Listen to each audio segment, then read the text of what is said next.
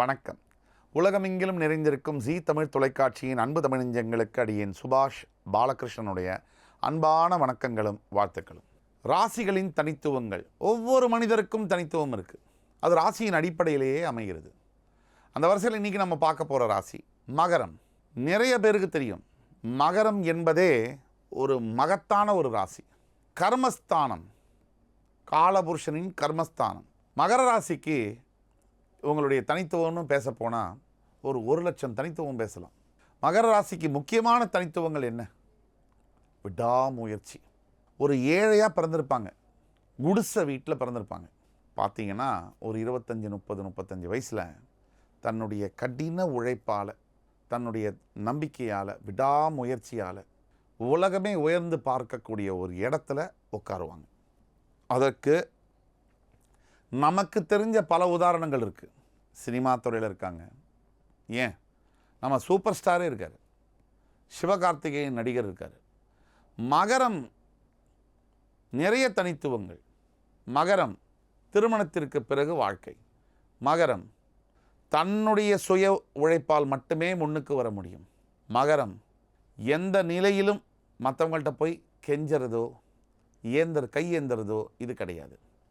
மகரம் மறுபடி இந்த சின்ன ஒரு வார்த்தை, மகரம் மற்றவங்களாம் என்னென்னமோ பேசுவாங்க, ஆனால் நீங்கள் ஒரு வார்த்தை சொன்னால் கூட அந்த வார்த்தையை பெருசுப்படுத்த இந்த உலகம் காத்துக்கிட்டு இருக்கும்.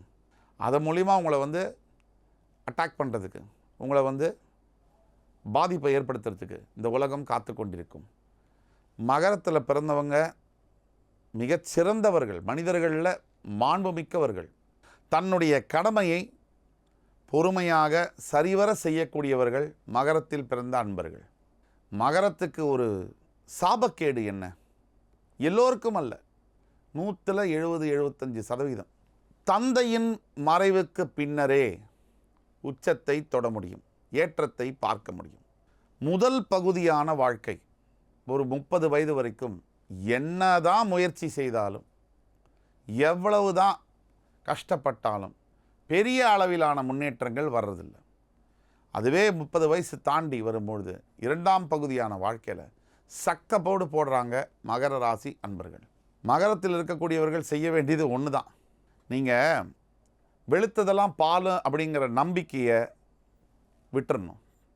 இந்த உலகம் ரொம்ப கடினமானது, வாழ்க்கை ஒரு சில நேரங்களில் மிகவும் கடினமானது. இதை நீங்கள் புரிஞ்சுக்கணும்.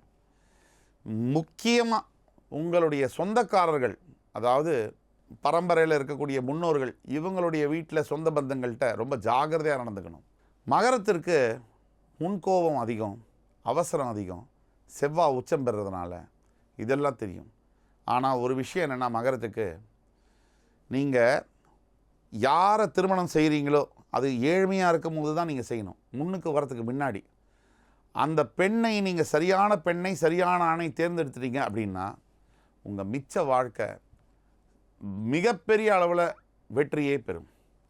மகர ராசி அன்பர்கள் வழிபட வேண்டிய தெய்வம் சத்யநாராயண சுவாமி. மகர ராசி அன்பர்களுக்கு ரொம்ப உற்ற தெய்வம் அப்படின்னு நம்ம சொன்னோம்னா சத்யநாராயண சுவாமி தான். அதே மாதிரி குருமார்களை வழிபடக்கூடிய யோகமும் மகர ராசி அன்பர்களுக்கு உண்டு. ராகவேந்திர சுவாமி, சாய்பாபா, ஹனுமான், இதுபடி குருமார்களை வழிபட வேண்டியதும் மகர ராசி அன்பர்களுக்கு பல மடங்கு வெற்றிகளை குவிக்கும். ஒட்டுமொத்த மகர ராசி அன்பர்களுக்கும் இப்பொழுது ரொம்ப நல்ல நேரமாக இருக்குது, நல்ல காலம் பிறந்திருக்கிறது. இங்கு முதல் உங்களுடைய வாழ்க்கை முழுவதும் அனைத்து விதமான நலன்களையும் நீங்கள் பெற வேண்டும் என்று எல்லாம் வல்ல ஆண்டவனை வேண்டி அமைகிறேன். இந்த நிகழ்ச்சி உங்களுக்கு பிடிச்சிருக்கும்னு நம்புகிறோம். அடுத்து வரக்கூடிய வேறொரு நிகழ்ச்சியில் மறுபடியும் உங்கள் எல்லோரையும் சந்திக்கும் வரை உங்களிடமிருந்து விடைபெறுவது உங்கள் சுபாஷ் பாலகிருஷ்ணன்.